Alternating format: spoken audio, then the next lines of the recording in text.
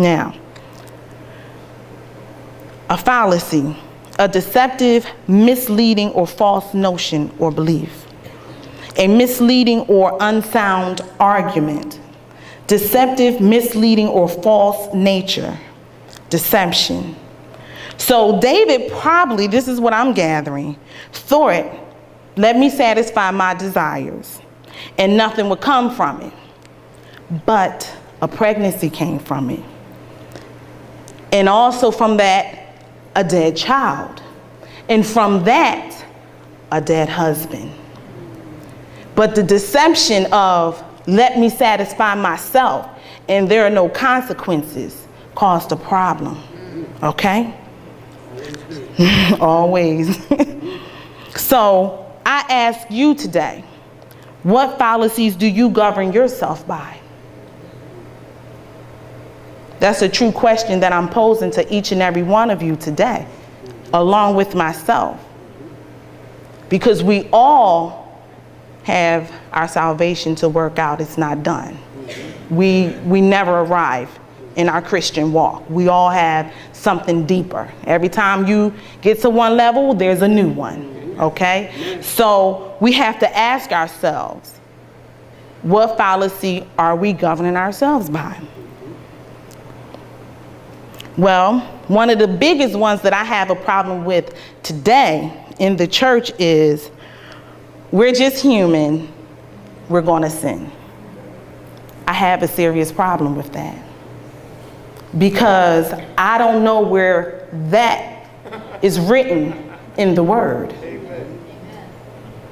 To me, it sounds like an excuse. It sounds like an excuse not to check yourself. It sounds like, let me just do what I want to do sometimes. Come back over here, look like I'm not doing what I want to do. And then when I get caught, I'm only human. I don't think so. I don't think so. So here's some of the things that was dropped in my spirit. A lot of times the Lord deals with me with dealing with people about the small things, because the small things are the things that are really, really hidden, and you look over them. And it's just so much a part of your personality and yourself that you really believe that you are who you're projecting or presenting, but you're not. You're not. So he gave me argumentative. As a Christian, that's not how we should operate. It's a problem. There's a heart problem. We should be meek. Okay? Sometimes I'm hot, sometimes I'm not. You're not faithful. A liar. Yes, we do have liars in the church. And you know the opposite. What is it? The truth. A thief. And there's all kinds of thieves. You could be a spiritual thief. Okay? What's the opposite? Let's see who has it. Honor. You absolutely lack honor. That's why you take.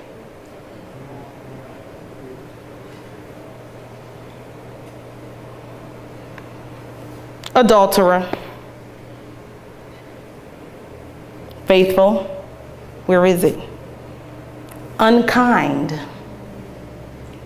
You know the kind. When you look at them to say hi, they turn real fast, like they didn't see you. Where's your love? Where's your love walk? What's going on in the church? There's a problem with the heart of the church, with the heart of us right here, our congregation. Get it right.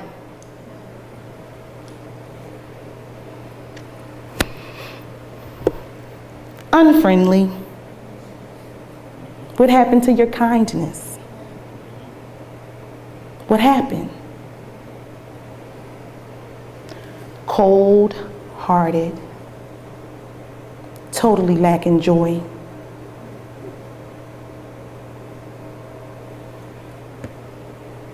Attitudinal. You have absolutely no peace.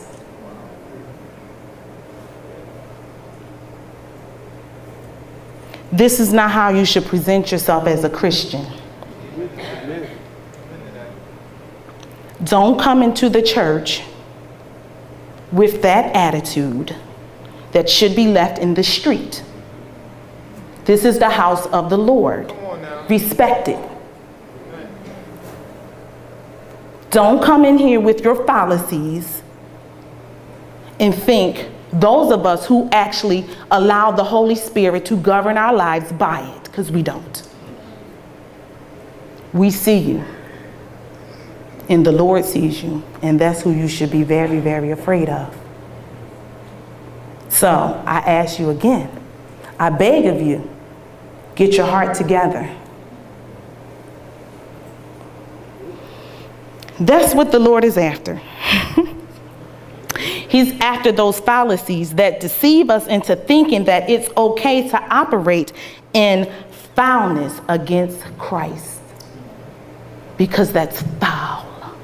He doesn't like it, and it hurts him, because you're supposed to be the representation on earth.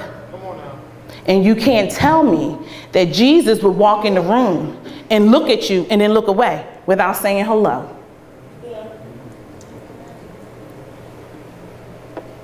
That's just a small point.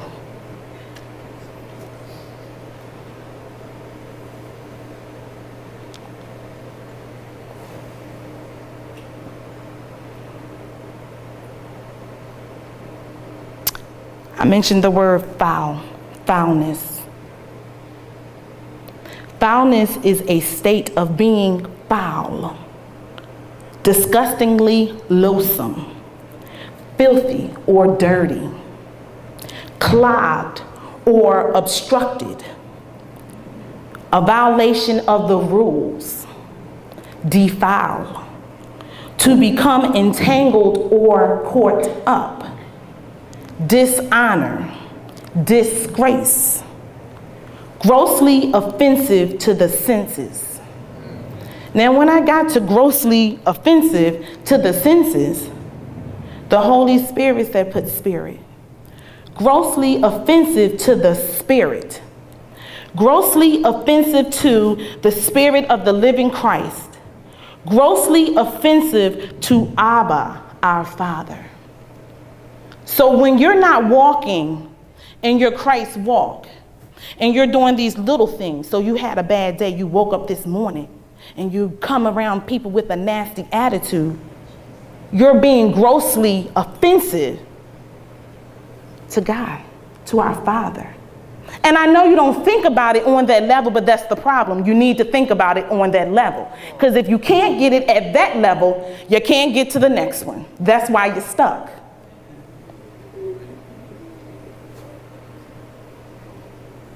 So he gave me spirit. Spirit, an attitude or principle that inspires. Therefore, we are supposed to be inspired by the fruit of the Spirit, purposing every day of our lives to walk in love, joy, peace, patience, kindness, goodness, and faithfulness like Jesus. We're supposed to have a heart like Jesus. We're supposed to operate by the Spirit of the living God, not by fallacies and foulness. Come on, what are you doing?